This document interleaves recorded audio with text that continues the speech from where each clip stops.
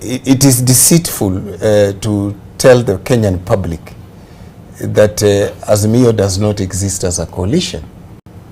Even the speaker himself in his finding, he found that it exists as a coalition. The second point I want to make, James, we have no capacity here to go against what the court ruled on.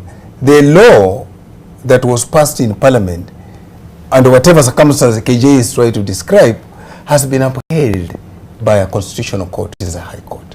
So it is an applicable law. Now, the issue at hand, James, is this. The Speaker, under our own standing order number 2B,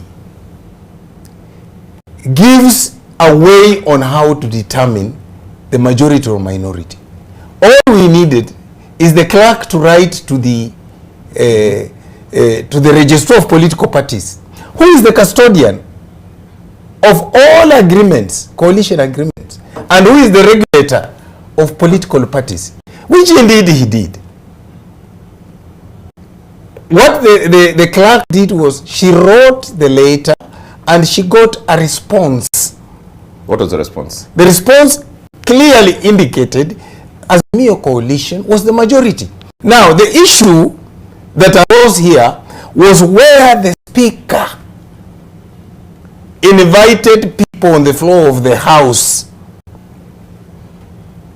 and in his ruling he identifies some 14 people whom he says they have now moved from the coalition of Azimio and practically they are in Kenya Kwanza.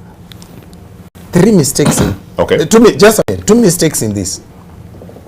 Is Parliament, does the Speaker have the authority to receive a letter from an authorized person? And authorized in this sense means of all the 14, the only person who is a party leader and therefore has a stand to read about his political party is Ocheng of MDG. The rest were doing it in their personal capacity and they were not even signatories to the agreement. Okay. That is.